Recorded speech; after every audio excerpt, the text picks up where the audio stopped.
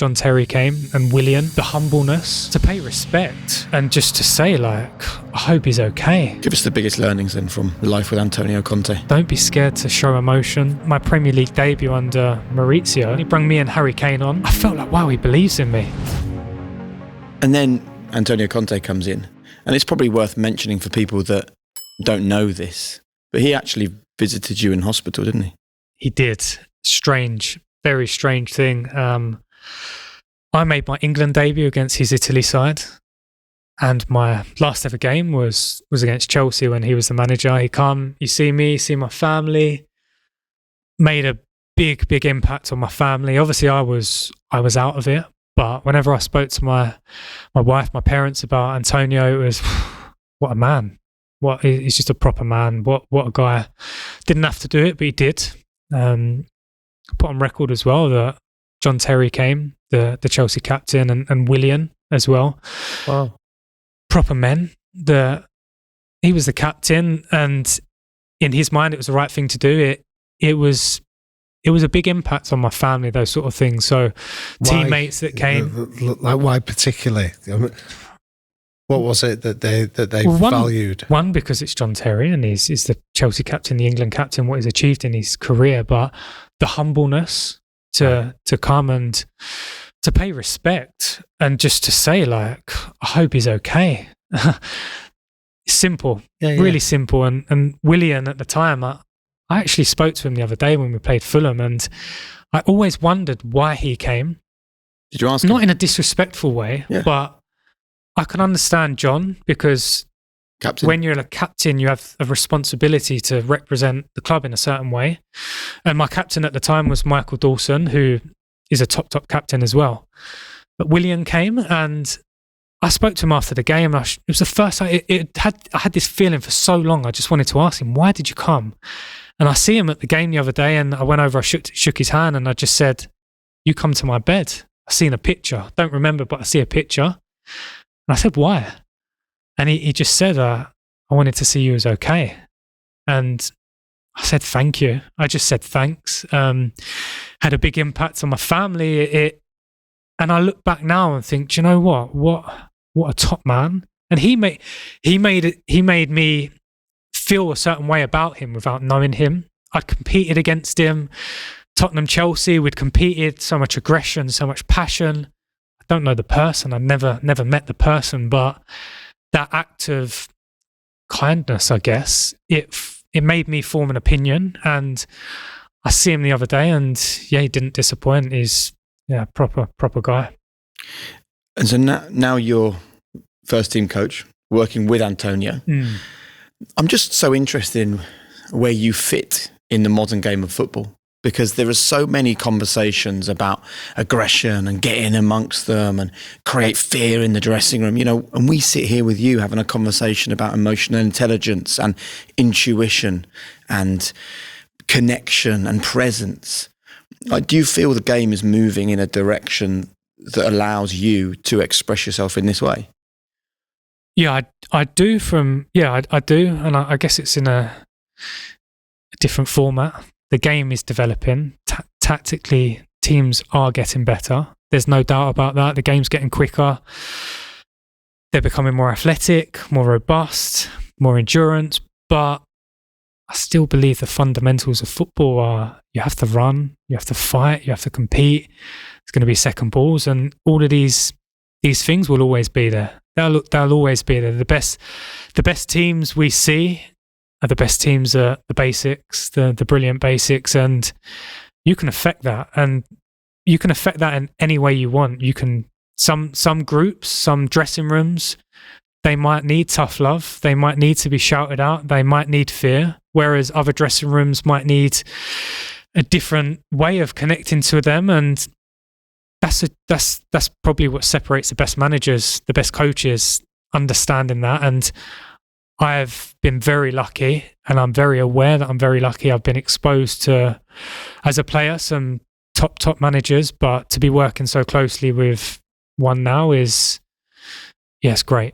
Give us the biggest learnings then from the life with Antonio Conte. To be yourself, to be honest, to to live in the moment. Don't be scared to show emotion, to show vulnerabilities, to all of these types of things the players respect. But then also to have an obsession to be the best, to work harder than anyone else, to have this desire and transmit this desire that you want your team and you believe your team can do anything. Nice. So when we go through your whole career and as an aspiring coach, the list of legendary coaches that you've worked with or alongside really is a who's who. What I'd like you to do is tell us about who is the best coaches that you've had and what was the one quality about each of them that distinguished them for you.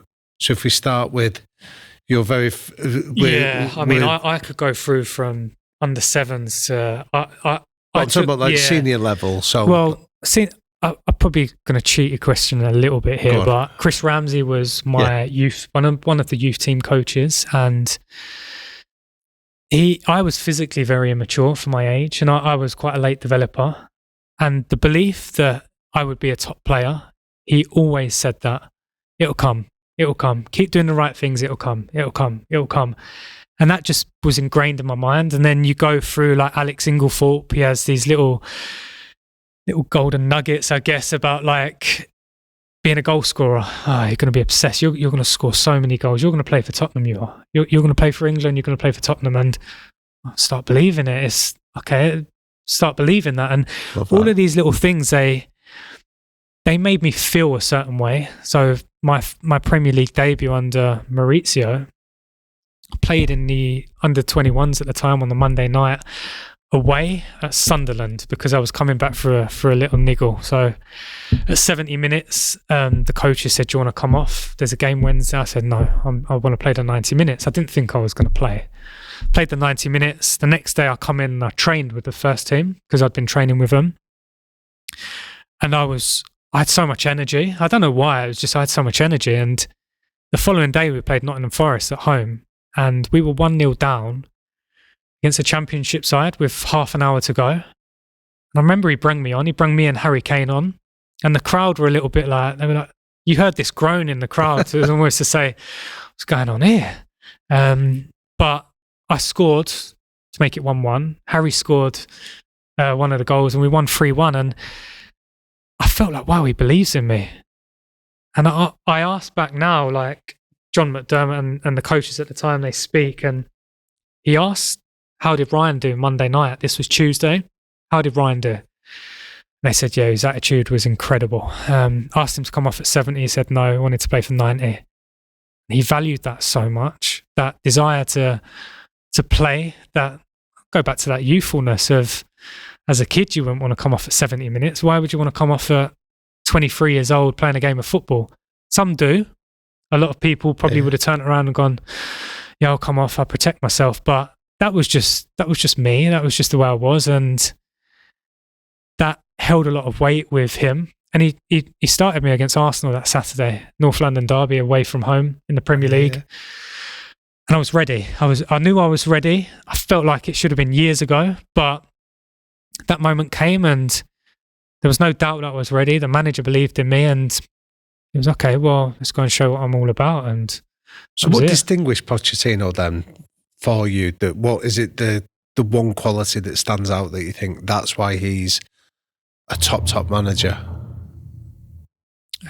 Many things. It's tough. I mean, I'm working with a top manager now and there's so many different things that they've got so many different attributes. But for me in that moment, it was trust and belief. Lovely. Trust and belief. Quite simple, I guess. But the trust that he could play me in such a big game, probably our biggest game of the season. But then the belief that I could do it.